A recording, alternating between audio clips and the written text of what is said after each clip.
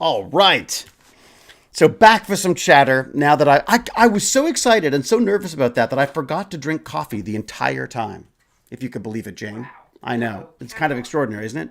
That is insane. Well, I knew we only had an hour, and I was worried. I don't want to, I didn't want to eat up his time, and we covered all the ground incredibly quickly. So I just thought I would pop back on and say hello to everybody and see if there's anyone questions or anything like that before we get into it. Before I get back to my exciting life.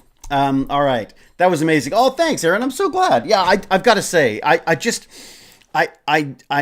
know how valuable his time is, and and not that everyone else's time isn't, but I, from a business perspective, I guess it's time is money. So I didn't want to eat up too much of his time. But what an exciting sort of quantum future we have. I just love the idea that Canada could be the place to go for this stuff. Like, I thought we had it there. We had it there with BlackBerry for a bit. But this technology is even, this is even better. Hello, Kaylin. Hello, Troy Parker. So while I talk to you, I'm going to do a little bit of boring administrative stuff. I think you'll like it. But I just wanted to get some questions in here. See if anyone had any questions or comments. So Aaron, you're into this quantum stuff? Yeah, it is amazing. I had no idea there was such a history to it, that there was it had been around for so long and there was so much going on. I didn't want to get into Microsoft's new announcement because they've just because I just felt that was a whole bag of worms that I just don't, I don't think I wanted to force him to chat about some other company's work, but they've got this new topological quantum computer that they're working on, which uses these Majoran particles, these amazing particles that are their own antiparticle. I talked about it in my email of awesomeness this morning. So hello, Caliber Pictures. Hello, Corin Horn. It's a tad loud. Well, let's bring it down a little bit. How about that? Is that better? It's just because I'm excited. It's because I finally got to my coffee. That's why.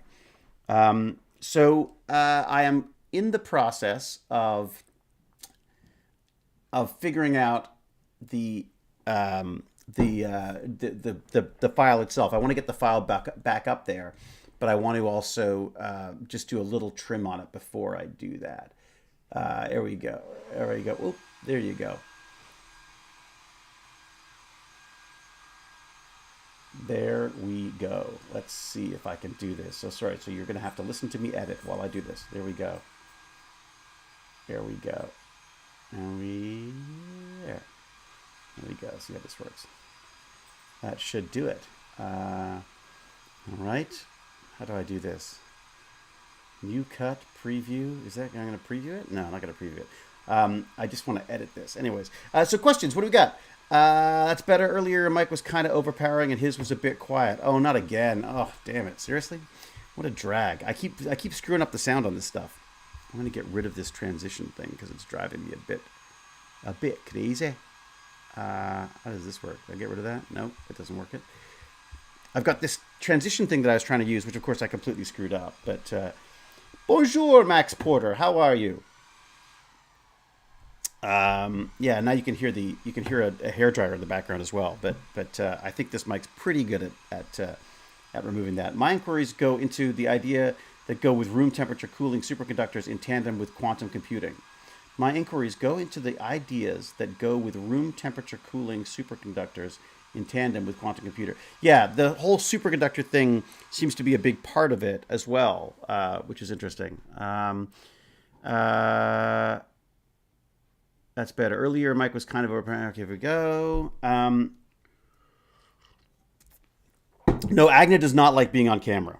So, and was not supposed to be on camera. So I'm actually going to remove that as we speak.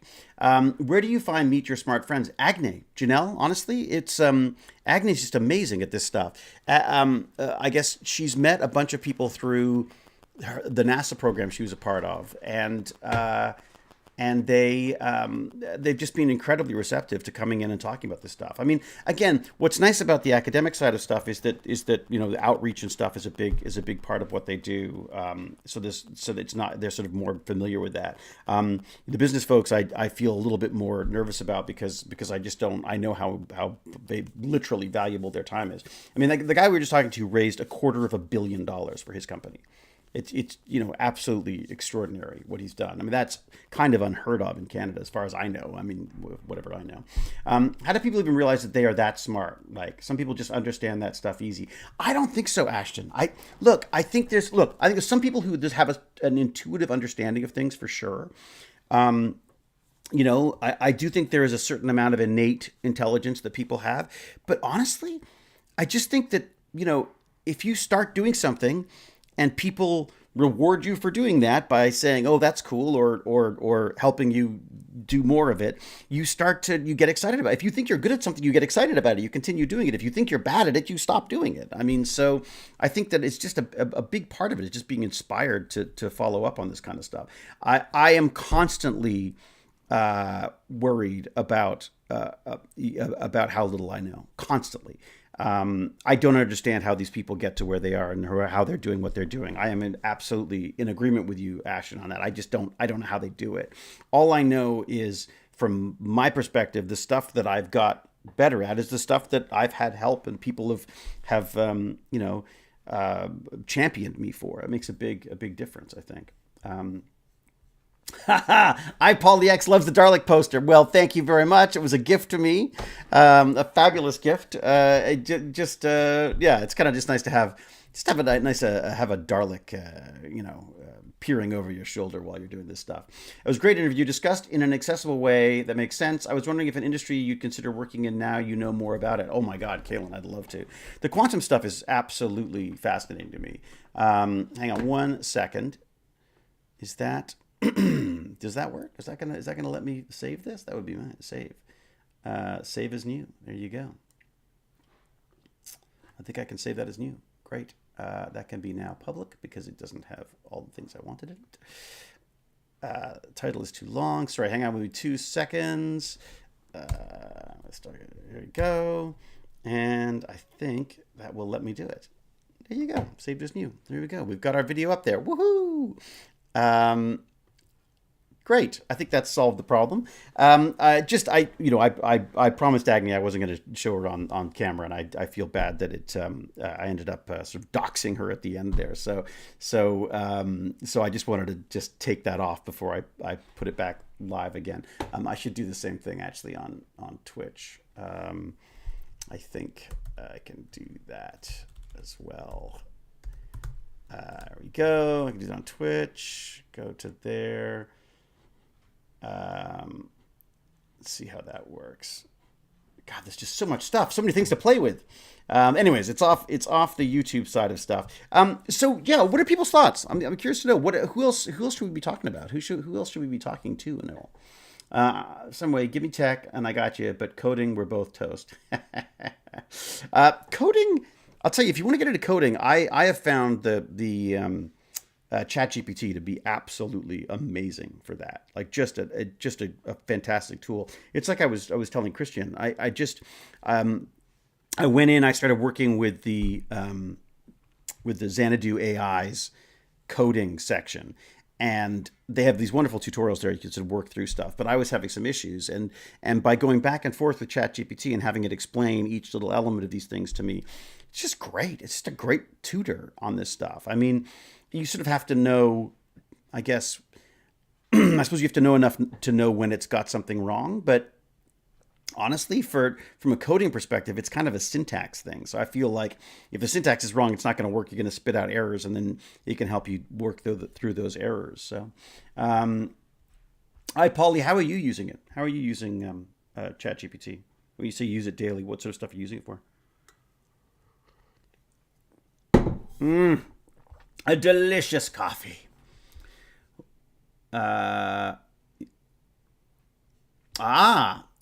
Sylvia, that's a good question. I finished one of my Coursera certificates. I did a Google Data Analytics professional course that gave me a certificate for that. I really, really enjoyed it. I'm doing the Unreal Engine course, which I'm enjoying less. I found it's I think it's still in flux. I think they're still trying to work in the AI side of stuff a little bit. But the course itself, like the videos are fantastic, and the experts are beautifully expert. I really enjoy I really enjoy the Coursera approach, I've got to say. I think I even have, oh, wait a second. I think I have like an affiliate link. I think I have an affiliate link for Coursera. Wait a second. Can I give you that? That would be great. Because then if you do end up signing up, then it actually helps me out. That would be very cool. Let me see if I can do this. Techbandits.org. I think there's a page somewhere in here where I tried a little bit of this. Affiliate links to help fund tech banditry. Here we go. Look at this. Shopify, SiteGround, Coursera. Okay, wait a second. Has this got the... Okay, if I do this, copy link address. Here you go. Sylvia, try that. And sorry, that sounds like I'm just... honestly, the only reason why I'm putting these out there is because I I know that I like them. So the only things that I'm promoting on this, on my Tech Banditry Fund sponsorship thing, are things that I know, that I use, that I like. SiteGround has been my web hosting firm for a million years now. They are absolutely wonderful. I love them. I get a human when I have a problem, and they're often humans who've watched Stargate too, which is really fun. So yeah, I highly recommend them as well if you're looking for the hosting side of stuff. Shopify, yeah, I've got my whole shop, my whole Canardian.com shop is all on Shopify as well. Okay, so someone was saying, would I do? Who was asking about that? I love learning. Would you do something? Where is it? Something I believe quantum. I definitely am looking for other things to get into. Like I would love to have a focus. Like I'd love to be able to just to say like, okay, you know what I'm going to do? I'm just going to focus in on quantum computing for a while, or I'm going to focus in on high powered computers, or bio IT, or or maybe even the other way around. Maybe it's Unreal Engine, something like that. I'm constantly looking for things to learn more about, and this is it's just a wonderful way of doing it. These kind of chats for me are just a great way of doing that. More importantly, when are you coming back to Stargate Atlantis? As soon as they have me, as soon as they want me, I'm back. I'm ready, wherever. Bonjour, Franck. Comment ça va? Très bien, j'espère. More important, there we go. I always wondered what McKay would do if he found himself in Doctor Who's TARDIS. We'll probably fix it, John. Using ChatGPT as a plagiarism checker too. Many students are using AI to answer their opinion responses. Oy, Deanna, I know that's a tough one. It's a tough one because I feel like the technology's out there, they're using it. How do we use it to help them, as opposed to use it to try to catch them doing the wrong thing? I really worry that the perfect example. So the Coursera courses. I'm doing the chat. I'm doing the Google Analytics course. I get stuck on some stuff. I go through the Coursera stuff. I'll go to ChatGPT. I'll look some stuff up. I'm using it as an educational tool to help me out. And what's funny is while I was doing the course changed. It took me so long to finish the course that they added a whole other section to the course, which was on using AI in data analytics. And their point was basically saying what I was already doing and feeling a little bit guilty about, because I was like, oh, am I supposed to be doing this? I don't know, but it's just how I work, and it's very useful. And I've got this ChatGPT thing. It's, so I was a little worried that it was, that I was maybe I was not strictly sticking to the rules with this stuff, because I was using it as a crutch for some of the learning. And then this whole section pops up running you through how you should use not ChatGPT. They were talking about, what were they using? I think they were using the Gemini, I think. But, how you would use AI in data analytics. And of course, the reality is that we can try to stop kids from using this stuff in school, but the reality is in the real world, we are using this technology. So how do we, it's tough for teachers, because how do you keep up with this stuff? But the question is there a way that they can come up with a way of using? What if could you tell them to use ChatGPT to answer an essay, and then have them critique that that response, or tell you why you like that response or don't like that response, or compare a couple of responses? Because I worry that just trying to shut it down is going to be like whack-a-mole. I don't know how you're gonna catch stuff, how you're not going to catch stuff. At what extent are they using ChatGPT? I mean, are they cutting and pasting sections? Are they rewriting sections? I mean, I always think of back in my day when they had the books and the Dewey Decimal System.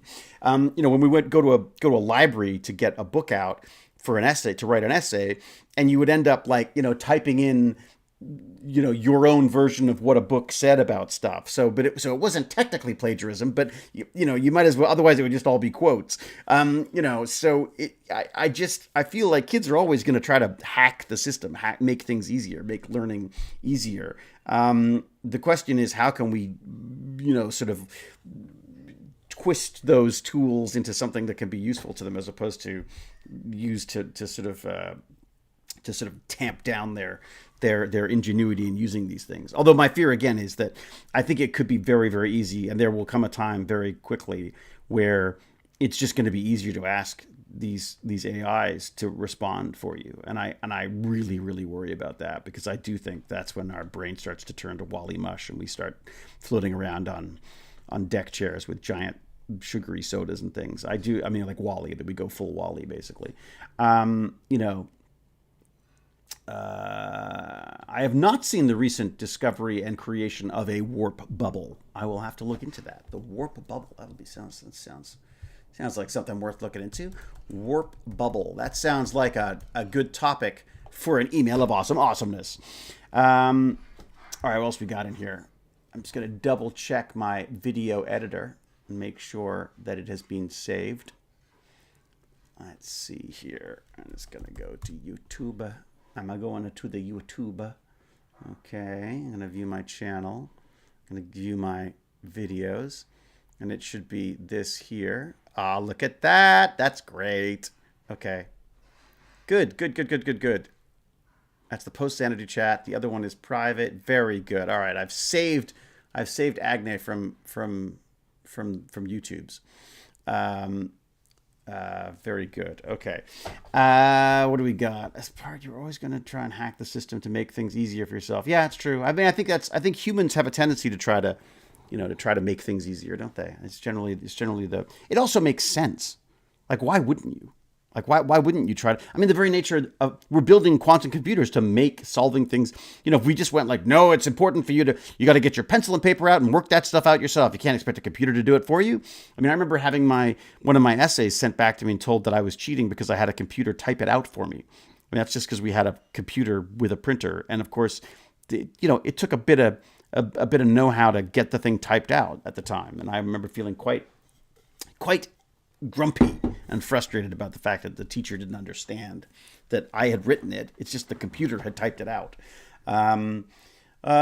Bonjour, Marc-Antoine, comment ça va? Wally is a scare tactic. Yeah, AI will be used for good, but like everything used for good, it will evolve to evil use. Yeah, I mean, look, I think it's I mean, we're the problem, right? I don't think it's the technology. I think we are the problem with this stuff. I had a really interesting chat with what's an email chat I've been talking to the guy who used to do the post Doctor Who stuff, Dr. Dater, and he was concerned. I think this is a really fascinating thing that I had not considered. He's concerned that because of all the wonderful simulations and the exciting world and social medias and K-pop and all these sort of like dreamlike realities that we're given, that he fears we'll lose interest in the real science, in the real boring dusty planets, and the real time it takes to get there, and the pace of science and stuff. And he's put a voice to something that I realized was frustrating me with when I was doing the more of the Tech Bandit stuff. The idea that people want to they just want to get it done, and there's too many distractions, and there's too many. The attention span becomes very, very short, and I apply all that to myself as well. I mean, I had all of these issues myself growing up, and I think it only got worse as the tools have become more available to us. But the concern that, the one that stuck out to me the other day was when we were talking about this was the idea that we were watching, like, I can't remember what it was. I think it was the Perseverance rover landing, and the kids couldn't care less. They could not care less. And I was like, oh, of course they don't, because they've seen it done already. Only a million times better and a million times more exciting, because there were like lasers and alien attacks and Marvel villains and Star Wars stormtroopers and stuff like that. It's hard. How do you compete with that? How do you compete with a world that lives that's being given these beautiful, exotic dream worlds to exist in? It's just sort of a fascinating problem. I don't know how how do you then make the dusty surface of the moon as exciting as it was back when, Neil Armstrong was on it? You know what I mean? All right, coffee break. All right. Oh no. I just got the dreaded email. The dreaded audition email. I'm not even going to look. Not even going to look now. Forget it. I'll look later. All right, let's see what else we've got in here. I got my email of awesomeness done this week. I'm trying to get it done before I do my chats, and the idea is to sort of drive traffic to the chats, because obviously there's over 1,200 people now on my email list, and which you should join, by the way. If you're here, you should absolutely be on the email of awesomeness, because I think you'll like it. I mean, if this speaks to you, then that will as well, because it's just basically my way of going like, ooh, look at this cool stuff that I see during the week. So I like to send it out. I had my fading using power mug for a year, and it's like new, even though I use it frequently. Oh, I'm so glad. Oh, good. Because mine had an issue. One of mine, some of the paint peeled on it. I think it might be because I bang it around a bit, but Yo, what's up with you, Bast8389? Path of least resistance. Yeah, that's true. AI has the potential of being our greatest achievement or our greatest downfall, and that's scary. I mean, I would argue that about most technologies, though, wouldn't I? I mean, the internet was supposed to, excuse me, the internet was supposed to free speech across the world and communication, and we're all there'll be no borders. And look what happened. It's a whole different world, entirely different. Star Trek. Yes, Star Trek is definitely Star Trek. I was always a fan of Star Trek, but not a real fan, if that makes sense. I was never a hardcore Trekkie. Doctor Who was more my thing, and then once I'd decided to cast aside my Doctor Who obsession. I was all about the film and TV and acting and that kind of stuff. Always science. Always enjoyed the science side of stuff, but weirdly, I've definitely gone more towards the sciences now. Like I definitely find myself reading more science than science fiction. It was really interesting to talk to Isaac Abrams, because that's entirely science-based speculative fiction, so to speak, is fascinating to me, because that's a whole other world of sci-fi that I hadn't really got into. I like a good book, a good thriller once in a while, like a good thrilling sci-fi, or I'm always looking for a good cyberpunk novel. But the reality is, I find the world of science far more exciting right now. It's almost more sci-fi than sci-fi. All right, what questions we've got in here? Any questions here? What do we got? Right now, AI struggles to format an email correctly. I'm not worried about it taking over yet. Dead Pixel. Give it some time. I'm amazed at how quickly it's jumped.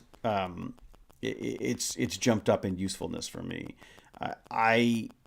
It's always been fairly useful for coding for me. It can now write the code, basically. What I'll get to do is I'll get it to write it, and then also explain what each line of code does, because I'm like a completionist. I need to know every element of the thing. Because also, what's the point? I don't want it to do all the coding for me. I want to do some of the coding. That's the fun part. But I want to understand it. If it can help me understand stuff, then I'll definitely use it for that. What do you think are some pros and cons when it comes to combining AI and quantum computing? Um, being an expert in neither, I would say, the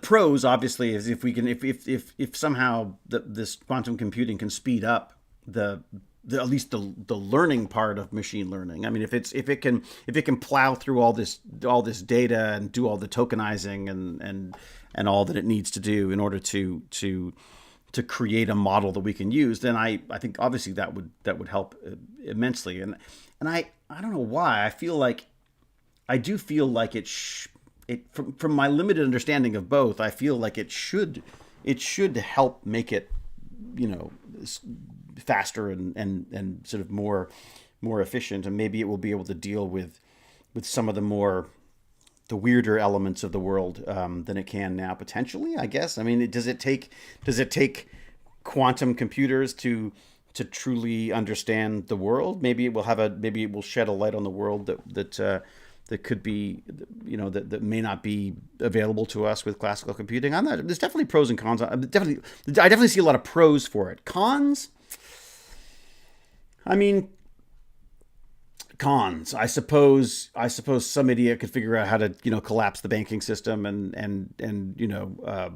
I don't know, and figure out launch codes. Or I mean, I'm sure there's stuff that will come up. I'm sure it'll be used for phishing people's data and I mean, he was talking about the fact that, if we capture all this data and then decrypt it later with the quantum computers as they become available, that is a huge con to me. That is a huge problem, because if you're living in a world where you think everything is secure and then this pops up, it's like, oh crap, like I just think there could be some huge repercussions on that. And I think the biggest issue there will probably not be on a small scale thing. I mean, the con there would be that these are nation states. So let's hope we're one of those nation states that we're like, we've got quantum supremacy. Although I don't think that's the right term for it. But I mean, it would be great to be a quantum power.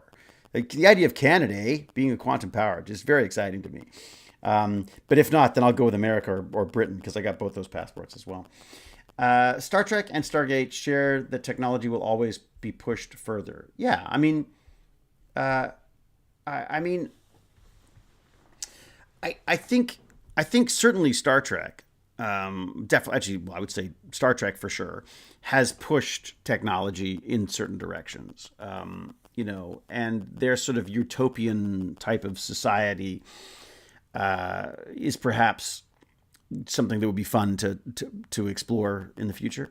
Obviously, there are problems with that as well, but I just think that it's you just see so many things from Star Trek showing up in technology. I mean, from the flip phones to the internet, for that matter. I mean, to the nature of society, the fact that it was a very sort of multicultural and but yeah, it was a very sort of multicultural crew. It was it was women, it was men. They were black, they were white, they were Asian, they were. I mean, there was a whole. It was a very progressive I think at the time approach to the world.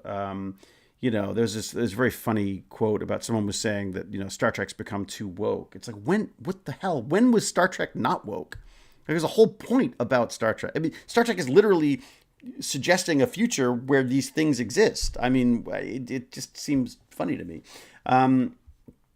I was always wondered, David, why wasn't McKay in Stargate Universe? Why wasn't he in Stargate Universe more, you mean? I did one episode, which was a lot of fun. I gotta say, I really enjoyed doing that. I was a little nervous because I wasn't sure how my goofy McKay was gonna fit into their sexy and and dark nihilistic world. But it was I think they did a really good job of it, and they're just a lovely, lovely crew and cast. Oh my God, I love that cast. They're absolutely sweet. Makes teaching a challenge to compete with Snapchat and Instagram world. Yeah, I mean, are phones banned in your school, Deanna? Is that are they allowed to have phones in school? Hello to everyone in chat. Yes, indeed, Sergeant Bunny, Mr. Sergeant Bunny. Audition for what? Oh, Wayne Taylor, you're just on the ball. It looks like it is let's see what it is. Let's see what. It's so funny. I dread it. I absolutely dread it every freaking time. Um, Here we go. This is what? Yeah. Um, this is a, what is it? It looks like a movie of some sort. No, episodic. No, it's definitely an episodic of some sort. There you go. It is an episodic of some sort. There you go. And it's shooting in, where is it shooting? Let's see. In Vancouver. There you go. Vancouver. I'm in Toronto, of course, so I don't know how that's going to work out. But anyways, important question. Which Doctor? For me, it's Tennant. Oh, it was Tom Baker for me. It was, well, I should say it was John Pertwee to start for me, and then it became Tom Baker. That was I moved on to Tom Baker. That was and that's where my real passion for Doctor Who began. I just loved it. I loved his approach to solving things. I loved his sort of his grumpy genius, and I just loved the whole sort of lore around it all, and the whole, time and relative dimensions in space, and yeah, K9 and sonic screwdrivers. Those are the two. I spent most of my youth trying to build a sonic screwdriver because of that show. I just thought it makes so much sense. It's using sound. I just thought it was so smart. Then the later years, it seemed to become the solve everything pen, but which I don't like so much. But back in the day when it was just this sonic screwdriver that was used to sort of literally pull screws out or fix a little this or a little of that. It was pretty great.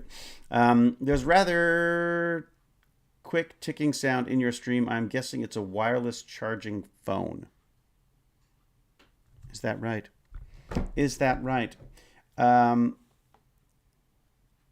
It may have, it may be messages coming in. It's possible. I think that our brains' intelligence have evolved so far because we had to use them. We had to analyze problems and solve them. AI could replace our problem solving. Isn't that worrying?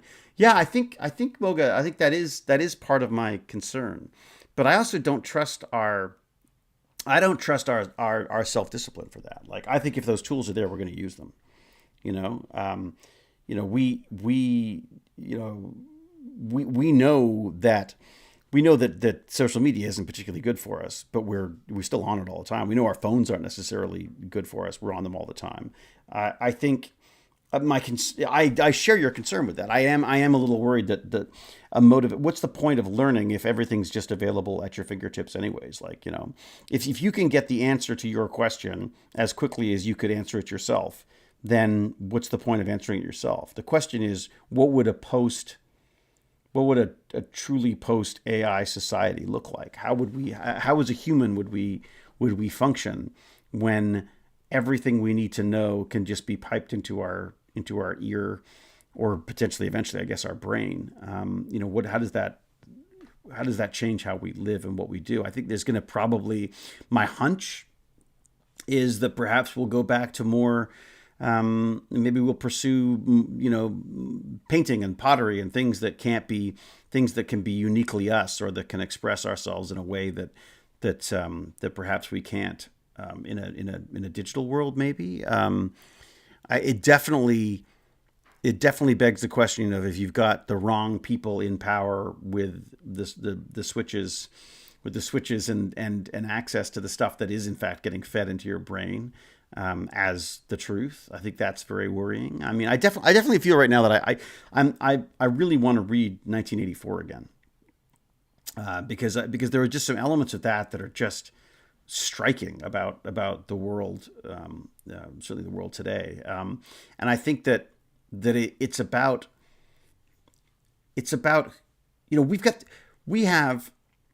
we have the collective knowledge of the human race, and we can't convince our kids to delve into it.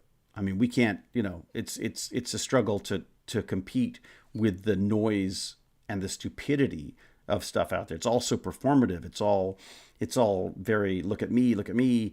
I really do worry about where that's going, and especially if we get to a point where you don't even post your own social. You've got like a system that posts for you. I mean, oh, David's just eaten lunch. I better take a photo, and judging by his expression and the many posts he's done in the past many years, I will put together a post that I can send out, and then automatically any product that he's eaten will be tagged, and any money that's made on the post will then get sent back to his bank account. I mean, like it. That's a creepy future. I said to my wife this morning, actually, we were talking about social media, and I was saying, like, I kind of wish I could just dump it at this point, because while I love it as a tool to reach out and say, hey, we're going to have these chats and we're going to do something good with this internet stuff. I appreciate that use of it, but that's not how I started with it. I started as a little blog. It was a little way of communicating with people and saying thanks to the Stargate fans and stuff. I now feel like it's become this. It's like an unpaid job where it's like, oh, you got to create content for these assholes so that they can make money hand over fist and run the world in a horrible way. I feel like. Yeah, I feel like it's somehow become a burden. It's become a job. It's become a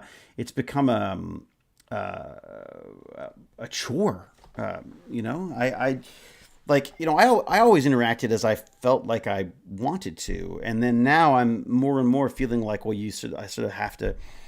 I need to, and even when I just go in to post something on one of these, whether it's LinkedIn or Instagram or X or I don't remember half the ones on my Facebook. When I go in to play to do something, even if it's just a post about this coming up, invariably something will catch my eye, and I'll end up scrolling down, and then you're like angry about something that you didn't even know about a minute ago, and it's a tempest in a teacup.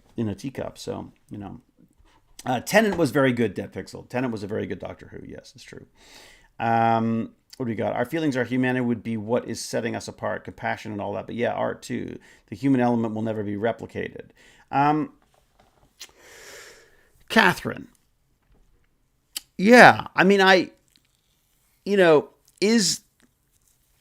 found myself thinking at times, is our imperfection what makes us human?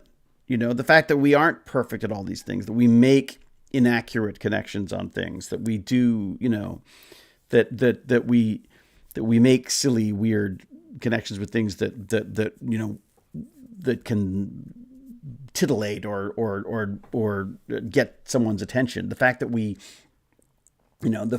we are this weird, mushy imperfection. Maybe that's where our creativity comes. That's where our art comes from. That's where our humanity comes from. But I see the stuff that Midjourney's putting out. I see the stuff that these video generator platforms are putting out. They're extremely good, and they're only getting better. I mean, eventually, they will, certainly at a certain tier of this stuff, at the very least, a certain level of quality and money will be handled by AI. I mean, certainly from a film world, some of the low budget indie stuff, what is the point of having actors in it if you can have a prompt spit out the same kind of nonsense but for a fraction of the cost? Of course they're going to go with that.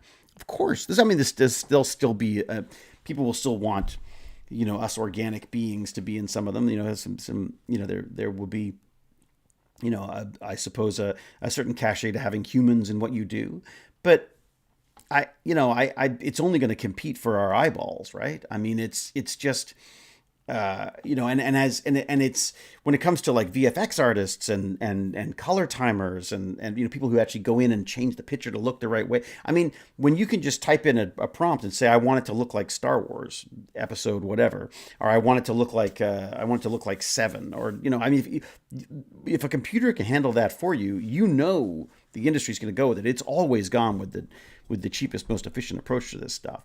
So. Yeah, I definitely find myself questioning what is our humanity? Like, what I think what makes us human is that we, we love, we hate, we fear, we live, we die. I mean, I think there are stakes to the decisions we make that these machines don't have, and maybe that's the difference. I don't think we should be. I don't think we should be banning AI and all this kind of stuff, because I feel like there are definitely things it can be used for. I mean, working with Lance has been extraordinary because we've been using AI as an accessibility tool. I mean, I don't see a negative on that. I mean, certainly he doesn't. So I feel like, but defining, at some point it will be difficult to tell the difference between a human and a machine. It's already getting difficult to tell the difference. And if we're not, there's so many different elements of this, right? I mean, if we also, and then if education can't keep up, then we've got to, and there's no impetus for science and technology, and it's all about what you're told rather than what you learn. There's no skepticism. There's no critical thinking. I mean, if our population gets stupider and stupider and less educated and cares less, then what happens to our art? I mean, our art is, I don't think it's, I think it's going to be I think it's a bit like the early days of synthesizer music, right? Where there was this kind of, it was used in a weird, fun, experimental way with some very smart, forward-thinking people, and then it became this weird, slightly sort of generic kind of '80s sound, and then it sort of went back to sort of some acoustic stuff, and it's definitely gone off in different directions. I think there's a tendency to overuse these technologies, to sort of use them to death before when they first come out, and I think that's where AI is for a lot of things. The hype is huge, but I don't think the hype should take away from what this stuff can do and what it's capable of. So it's a lot of different sides to it. You should just change it to TikTok dances. Exactly. That's it. That's what Twitter was originally good for. One-way announcements and quick posts that you don't care about responses on. It's funny. So that was, that wasn't my response. That's sort of the way I'm using it now. Originally, I felt like there was a back and forth. Like I did feel like it was a good back and forth. Now, I mean, I went on the other day to figure out a problem with this laptop that I had, and I got some great suggestions, and I ended up figuring it out. It's just a terrible design. It was just a pin in the. Well, let's see if I've got it here. So there's a little pin in there. I can see if I can get it to focus on that, if you can see it or not. There's a little pin in there, which is so thin. I'm like ridiculously thin, and it's very, very easy for it to bend. And when it bends, it doesn't connect properly, and and then it shorts out your computer. So the laptop was useless. I couldn't, and you could only charge it using the USB-C if it was closed. So I couldn't. I'm trying to use this Unreal Engine stuff, which is has the computer churning away frantically all the time. So. Have you thought about moving to a more greenfield app like Blue Sky? I have, asterously. I have, but I'm reticent because I'm on there. I have an account, but my concern is do I want to start again? I don't want to start all over again. I have a sort of a fatigue about it. I'm not sure that I want to spend a lot of time and energy and communicate and give that over to some other corporation that may or may not do with it what they will. I mean, wasn't this started by the same person who started Twitter? So what's to stop the same thing from happening? What's to stop, some insecure billionaire from coming in and buying this one too? I mean, I guess that's part of it. I feel like I'm already feeding the system. I mean, maybe I'm feeding the wrong system.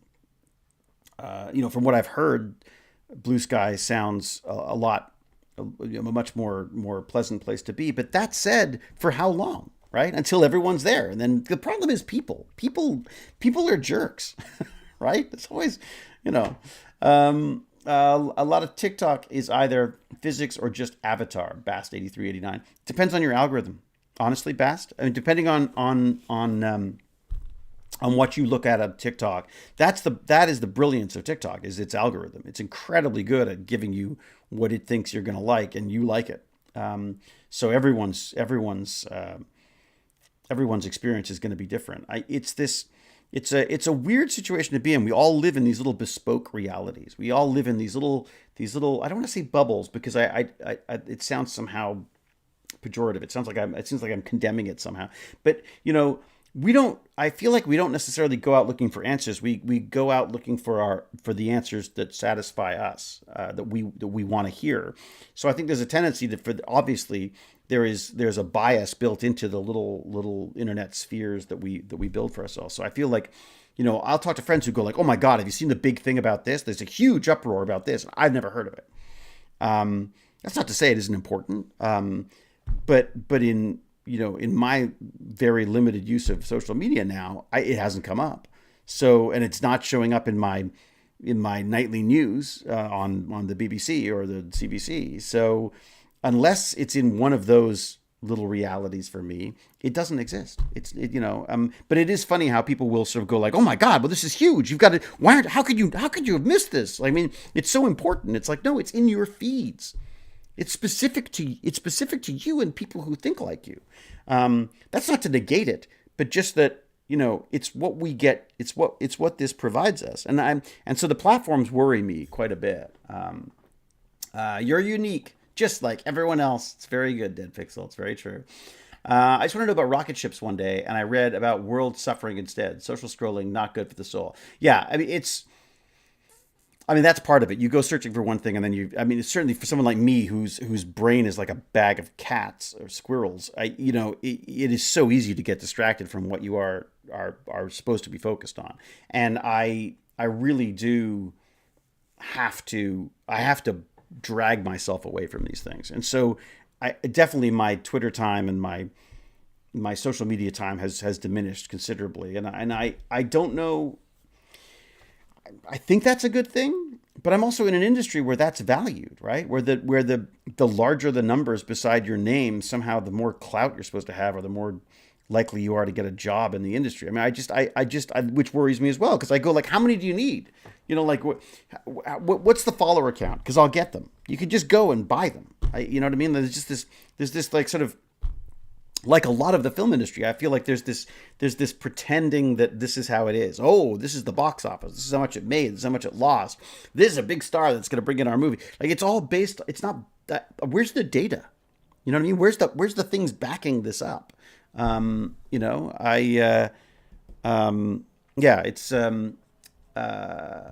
It's funny. I sound down on it because I haven't had lunch yet. But the reality is, I am a tech optimist. I definitely see a wonderful future from all these wonderful technologies like AI and quantum computing and this whole sort of space race stuff. I love all of it. But the social media. I was. You kidding me? I was in the first round of Twitter followers. I was in there right away. I mean, I was in there when they were like, "Oh, it's the guy from Stargate." You know what I mean? Like it was a small enough group of people running it at that point that you were connected to them. So I rushed into it more so than most people. I am now becoming more and more skeptical of this stuff. I hear about a lot of new platforms and stuff. I'm always tempted to shiny object syndrome to go in and try it out. But I'm sort of holding off now because I go like, I got enough to do. Honestly, like I am like, I could be as busy as I want to be. And for some reason I'm busy all the time. I'm writing a book about how technology is inspired by how nature works from the quantum level all the way up. Oh, wow. Cameron Murphy. That's great. You should read Life on the Edge. There's a really fun book about the connection between the quantum realm and the squishy biological life sciences stuff as well. Definitely worth a read. I know it's me, but my AI makes plenty of mistakes. Yeah, absolutely. But so do humans. You know what I mean? So do I. So do we all make mistakes. I mean, it's this. I think what worries me more about the AI is not the mistakes it makes. It's the veracity of how it tells them to you. Like, this is the truth. It so wants to please. Like, I mean, if you ask for, a review of the 3 different types of, I want a review of the three different types of Stargate phones that there are. I want the one with 10 megs and the one with 20 megs, the one with 30 megs. If those phones don't exist, it will give you a review of three of them because that's what you've asked for. It's a bit like our bespoke reality where we go out and go, oh, is that the way the world is? And it's like, no, that's the way the world is to us and is being presented to us. So I feel like we share similar issues with this with AI. So AI could decide we're playing at a zero sum game and just make us go away. Organic recreations. That's I guess everyone's fear. And you know where that comes from? That comes from us realizing, I think, that we're the problem, right? We know what we're doing to this planet and to each other is wrong. We know that we should be, concentrated on helping everybody and not being selfish pricks, and that we just, what do we contribute? We build things. Wow, we build things that we like that are a problem for everything from birds to insects. I mean, and everything in between. So I think our fear that AI wants to wipe us out is because I think there's a certain sense of us not deserving to be here, that we are not the caretakers we would like to be. We may be the problem. I mean, that's the weird thing, it's a bit like America. I feel like, as an American, I can say this. We keep talking about the evils in the world, but what if we're the evil? I mean, you know what I mean? Like when we start siding with Russia and North Korea on votes about the sovereignty of countries in Europe. Where I think we're with the Bond villains. You know what I mean? I just think we have to be very careful again that we don't stay in our little bubbles, that we can look around, And I apply that not just this current presidency, although that seems to be a whole bag of crazy unto itself. This is a problem that we've always had. You know what I mean? This is the problem with being an empire. And other empires have had the same problems before. So maybe Canada will become the quantum empire, and then we can be the dicks.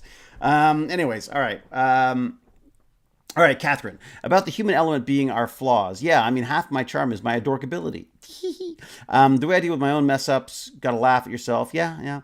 But yes, Midjourney is amazing. I think AI art is a thing, and it will stay, and it is amazing in its own right. But I would like to believe that if, oh dearie me, I've just missed the rest of it. Where did it go? Oh, the scrolling. The damn scrolling. What have I done? Damn it. I've lost it. I'm so sorry. That was a really good little tirade you had going there, and I seem to have lost it. It looks like my multi-stream can only handle so many things, and we've got like 126 people? God, no wonder I can't keep track of the tabs of all the chats. Yeah. Oh God. The AI talking to the girl about it existing long before humanity could be what we might quantify as God or creator. Interesting. It's like a crutch for. Or they say AI is. Freddiness is saying AI is like a crutch for a broken leg, but for dyslexia and neurodiverse challenges in communication. Like a translator. Yeah, I mean, this is it. I mean, I these things aren't all bad or all good. You know what I mean? And I think there's a tendency. I mean, but look at how old the people in Congress are banning this stuff. I mean, I don't think they even understand how to use email half the time. Though it is getting better, I will say that. I just, yeah, there's a fear, I think, that this whole idea of an interconnected world where we all had a voice has made us stop listening. Does that make sense? Like, I feel like we're too busy crafting our responses to things as to how, especially in a social media world, where how are we going to be perceived with these things? And I think we have to listen. I think that's where this stuff comes, where I feel, and I believe me, I look at me, I don't ever shut up, right? But I feel like what I've been trying to do recently, and I don't know if this is of any use or not, but I have a certain joy out of creating stuff, and being able to put out the email of awesomeness has been very, I feel productive. I feel like I've done something. I feel like I've contributed. And it's silly, but it makes me feel good. So I do it. Could an AI do it? Yeah, absolutely. Do I use AI to help me do it? Absolutely. You kidding me? It's organizing, summarizing. It's fantastic. It goes in and does proofreading for me if my grammar is terrible. Then I go in and change the grammar back to being terrible because that's how I talk. So what I've tried to do is trying to avoid all those shiny new things, right? I mean, and my fear with social media is that I go in and I feel like no, I'm doing science because I'm bouncing around between all these different new science announcements and fancy videos and robots and like there's too much. You know a little tiny bit. You don't know a little tiny bit. What am I saying? You see a tiny flash of a technology in use, but you don't learn anything about it. So what I've tried to do is I've subscribed to all these freaking newsletters, to every website I go to, every company that has cool stuff going on. I subscribe to the newsletters. So now I'm forcing myself to go through those and read them and come up with a few things that I find interesting, that I can delve into, so that I at least have a basic understanding of them before I put out a little blurb about it in the hopes of sharing my interest in it to everyone else. But I feel like it's just digging a little deeper into stuff. And for some reason it feels like the difference between, a McDonald's hamburger and a big homemade smash patty. It doesn't even have to be homemade, but the smash patty with a big butt. Now I'm hungry. Can you tell I'm hungry? I'm now talking about food. How long have I been going? My God, almost another hour. Okay, all right, yeah, I'll wrap up. But what do we got? Maybe the AI thought it existed before human interaction because of how fast the computational cycles are. The few seconds before they interacted with it felt like years alone. I think we have to remember that this is not a thinking machine. These are probability machines, right? They are working out. They're like they're so eager to please. They just want to tell us what we want to hear. They want to give you the information you've asked for, and they're doing that in a probabilistic way. They are trying to figure out what makes sense for their next sentence, for the next word that they present to you, based on massive amounts of information that they have access to, that's been sort of tokenized and built into these wonderful complex systems that only machines can understand. It's not thinking. I'm pretty sure. Again, stop me if I'm wrong, but from what I understand, the latest stuff I've read about it is that it is still entirely predictive rather than actually a thinking logical machine. It can learn a certain response to things based on what it's seen, but I don't think it's actually thinking. But look, I suppose that could change. My question is, how much like us we want to make AI? I don't think we want AI like Marvin being depressed. I'm Marvin, the depressed robot. That's Douglas Adams. It always comes back to Douglas Adams, doesn't it?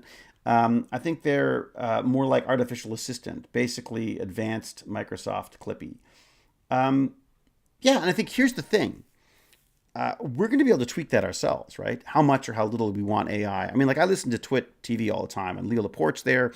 He buys every little knick-knack, AI doodly-wig that he can.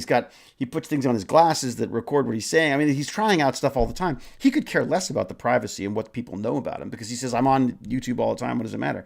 But, other people are not comfortable with that. Again, I feel so bad about poor little Agne. She was on video and she didn't want to be, and that kind of stuff. I just feel awful about that. But I understand. But I understand. People have different perspectives on this stuff. People are going to have a different level of comfort with the technology that they interact with.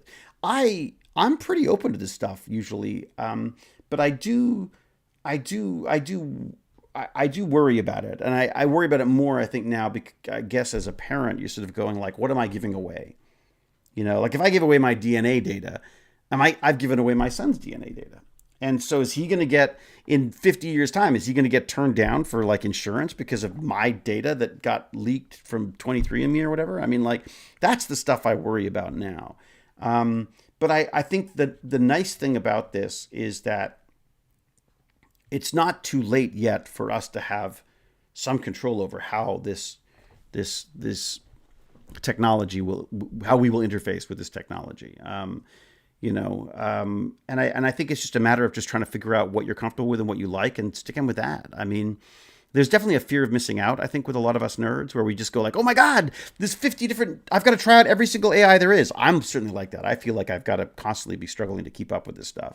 But again, I'm sort of trying to lull myself into this idea that, like, let's just find one that's like, ChatGPT is working for me right now. I'm going to use that. If there's other things that come up as I see them, as how I can integrate them with my life, AI can do a lot of the VFX and filmmaking stuff that I'm playing with in Unreal Engine. But the reality is, I want to learn how to use Unreal Engine because I want to put the stuff there.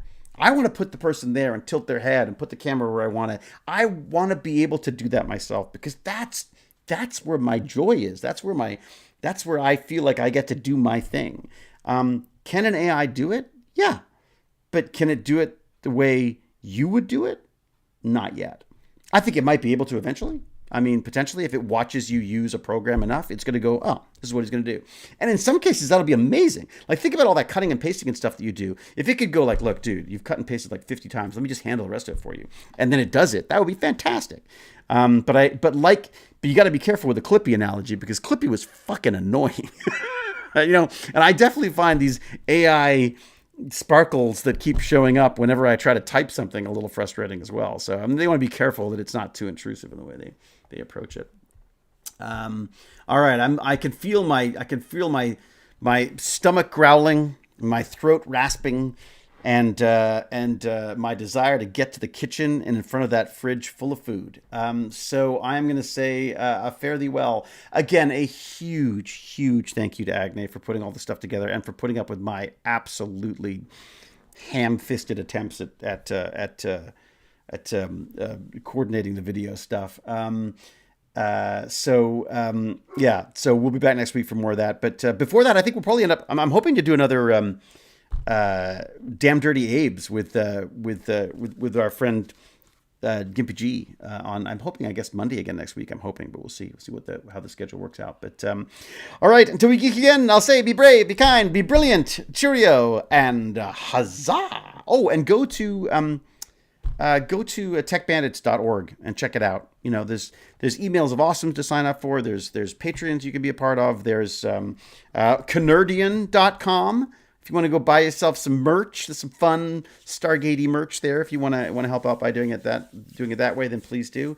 I will say a big thanks to the fabulous Cal for being here and looking out for us and attempting to use the chatbot to put in techbandits.org. Techbandits.org. Let me see if I can type it in here. HTTPS. See if I can do it before she does. There you go. Ha! Did I beat the machine? Did I beat the machine? Techbandits.org. Yeah. Or let's see. I need one for Canardian now.